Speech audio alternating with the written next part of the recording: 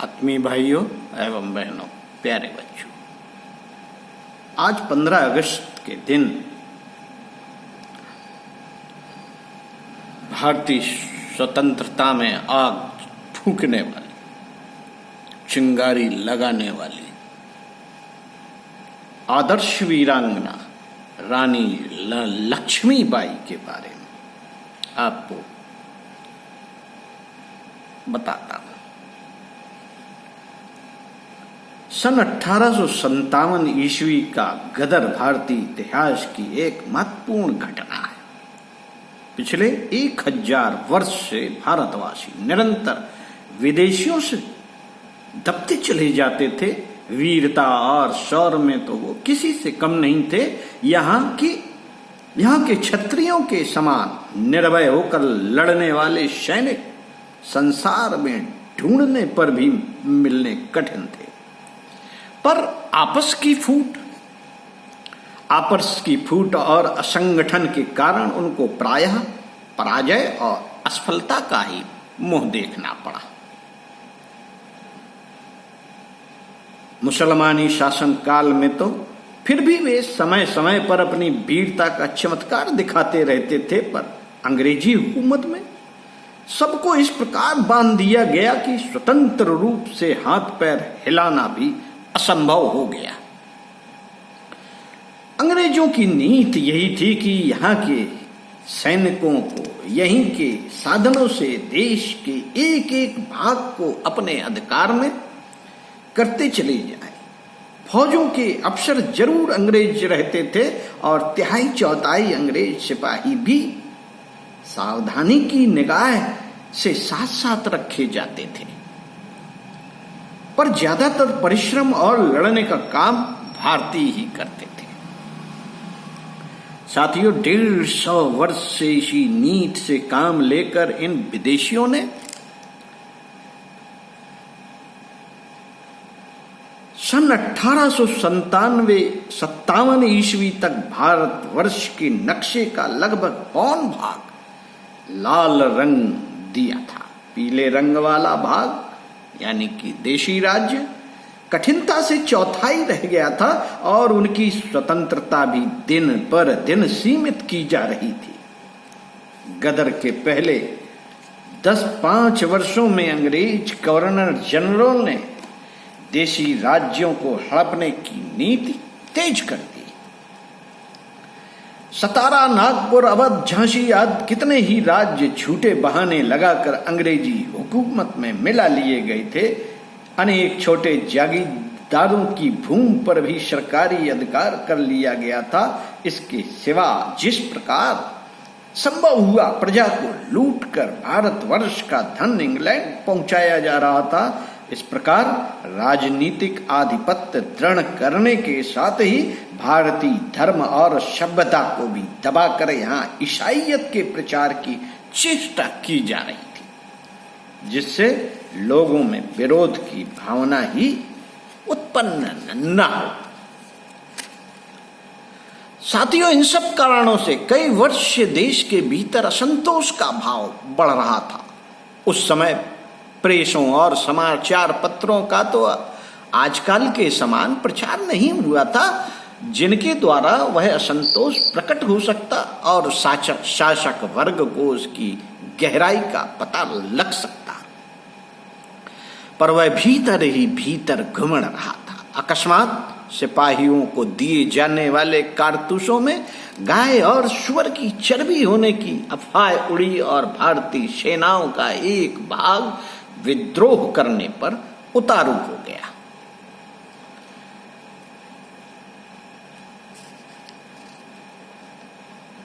इस आग में मंगल पांडे ने अपना पूरा योगदान दिया और आहुति भी अर्पित की। साथियों, झांसी की रानी लक्ष्मीबाई भी इसी भारतीय स्वतंत्रता के लिए आरंभ किए गए रणयज्ञ की एक विशिष्ट योद्धा थी।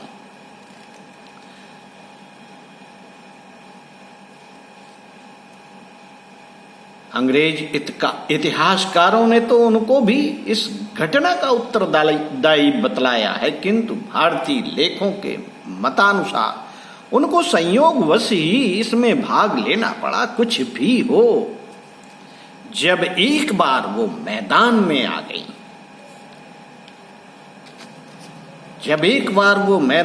गई, तो उन्होंने वे जौहर दिखलाए जिनकी शत्रु मित्र किसी को आशा नहीं थी। और तो क्या, अंग्रेजी सेना के एक बहुत बड़े सेनापति सर ह्यूरोज ने, जिन्होंने झांसी, कालपी और ग्वालियर में विद्रोहियों की बड़ी बड़ी सेनाओं को हराकर फिर से अंग्रेजों की सत्ता कायम की थी और जिनसे घोर युद्ध करते हुए रानी लक्ष्मीबाई ने आत्मोत्सर्ग किया था। रानी की वीरता की मुक्त कंठ से सराहना की थी उन्होंने। इस संबंध में अपनी घोषणा में जो शब्द कहे वे आज तक इतिहास में अमर बने हुए हैं। साथियों, उन्होंने लिखा था, शत्रु दल भारतीय विद्रोहियों में अगर कोई सच्चा मर्द था तो वह झांसी की रानी थी। सर ह्यूरोज के इस कथन को पढ़कर सहसा मुख से निकल जाता है, रहीमन साचे सूर कहो, बैरहू करे बखान। रानी लक्ष्मीबाई झांसी, कालपी, ग्वालियर तीनों ही स्थानों में सर ह्यूरोज की सेना से खूब लड़ी और उसे नाको चने चबवा दिए। सच पूछा जाए तो अन्य सब विद्रोही सरदार अंग्रेजी सेना के सामने कहीं नहीं ठहरे।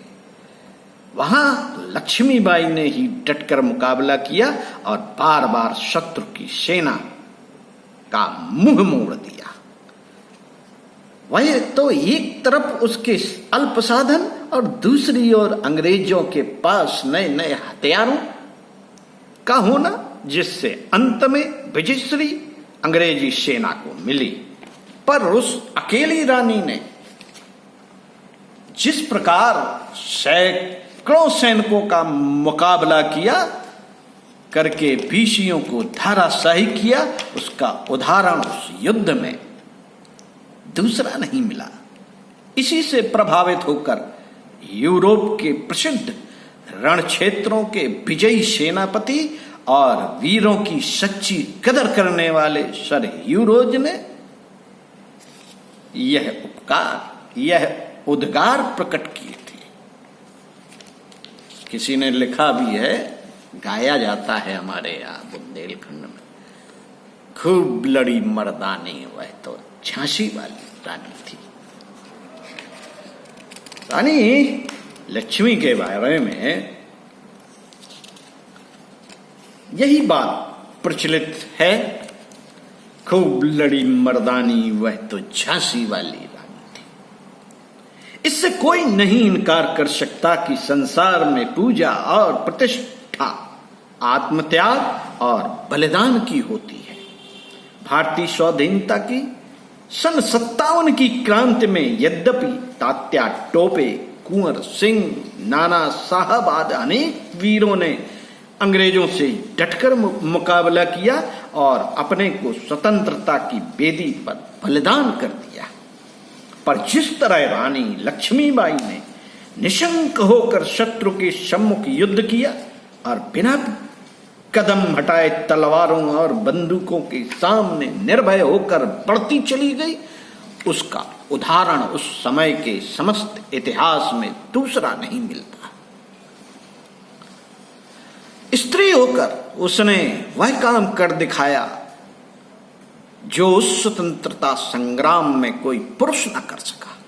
उसके इसी अनुपम शौर्य को देखकर सामान्य जनता भी मंत्र मुग्ध हो गई। उसने भारत के प्रथम स्वाधीनता संग्राम के नेतृत्व का मुकुट उसी के सर पर रखा। शत्रु पक्ष के विजयी सेना नायक सर ह्यूरोज ने भी विद्रोह के समस्त कर्ता धर्ताओं में सच्चा मर्द उसी को माना। साथियों,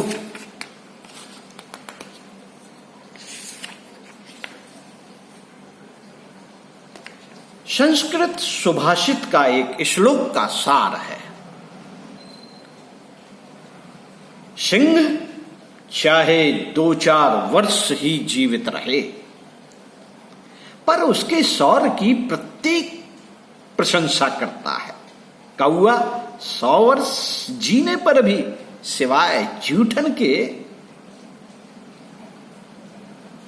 और किसी श्रेष्ठ वस्तु का अधिकारी नहीं होता।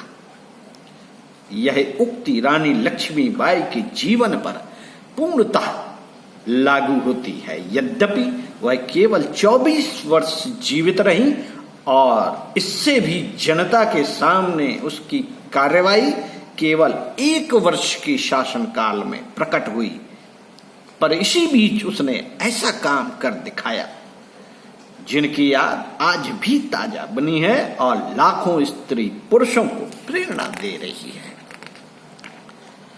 साथियों, उनकी प्रशंसा इस बात के लिए नहीं कि वे शस्त्र संचालन में बड़ी निपुण थी, अपना अपूर्व अथवा अपूर्व साहसी थी। उनसे बढ़कर तलवार चलाने वाले, युद्ध क्षेत्र के बीच अकेले लड़ने वाले हजारों क्षत्रिय और राजपूत पिछले 200-400 वर्ष में हो चुके हैं। उनकी विशेष प्रशंसा इस बात में है कि उन्होंने आरंभ से ही अपने सामने आने वाले प्रत्येक कर्तव्य को निस्वार्थ भाव से पूरा किया और अंत में मातृभूमि के प्रति अपने कर्तव्य का पालन करते हुए स्वेच्छापूर्वक प्राणोत्सर्ग कर दिया। उनको अपनी अंतिम विजय की तो आशा थी ही नहीं।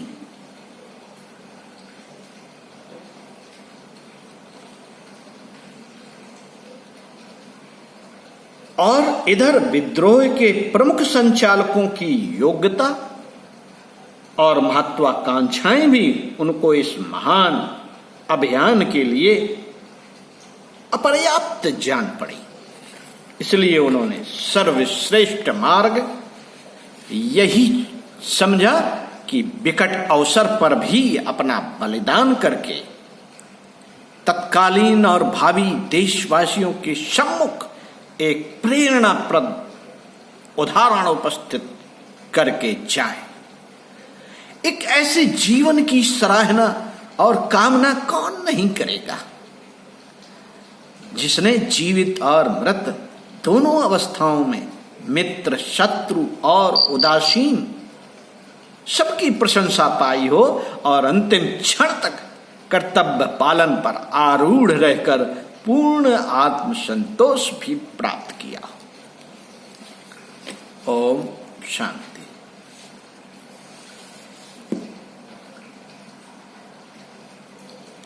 रानी लक्ष्मीबाई की जय।